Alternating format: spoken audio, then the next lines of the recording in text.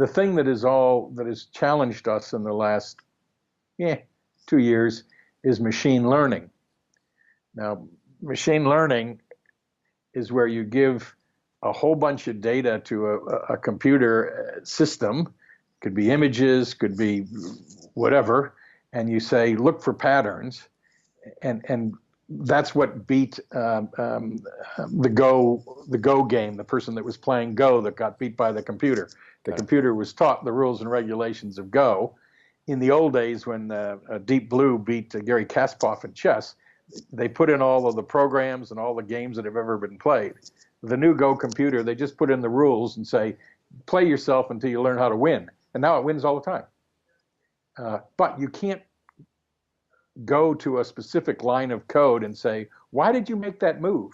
Because the computer can't tell you. It just kept playing itself over and over again until it found patterns that work and those that don't. And it said, I'm going to do more of what works and what doesn't work.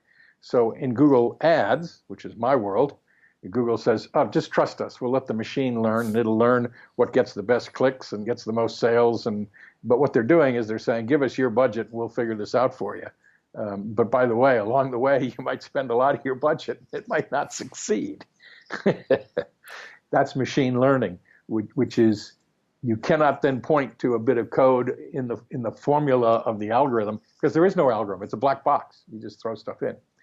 Don't get me wrong. It does good stuff. So Google did this it analyzed 600,000 mammogram scans to identify signals for breast cancer.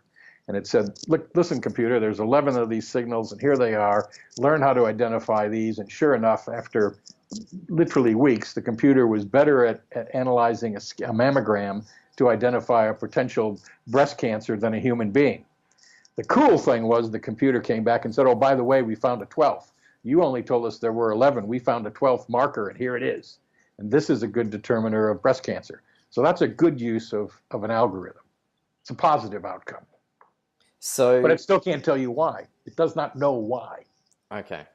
So with regards to that little switch of do you want to let Google sort out your ad or do you want to do it yourself, should people give that to Google and let that go? Is that a smart thing to do, or is that only a smart thing to do if you've got bigger budgets?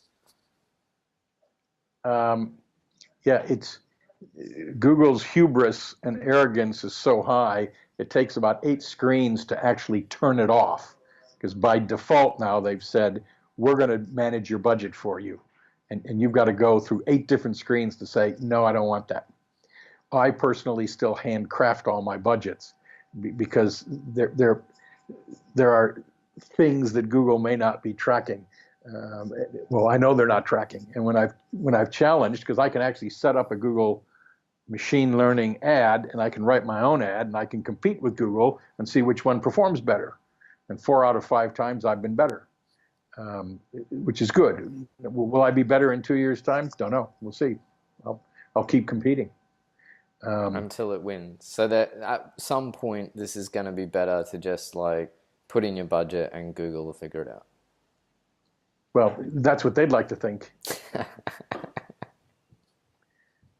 That's a very interesting philosophical question. It's like Facebook's the algorithm. Answer's 42, isn't it?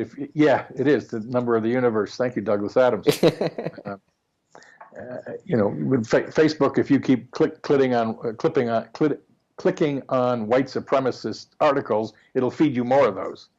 If you click on more LGBTQ stuff, it'll feed you more of that. So does Google's algorithm. Is that good or bad, or is that just making you a very narrow-focused individual?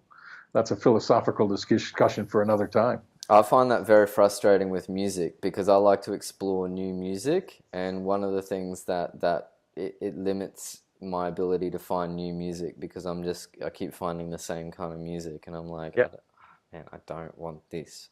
Yeah. Or I'll listen to music while I'm at work, which in that frame of mind, I need a certain type of music.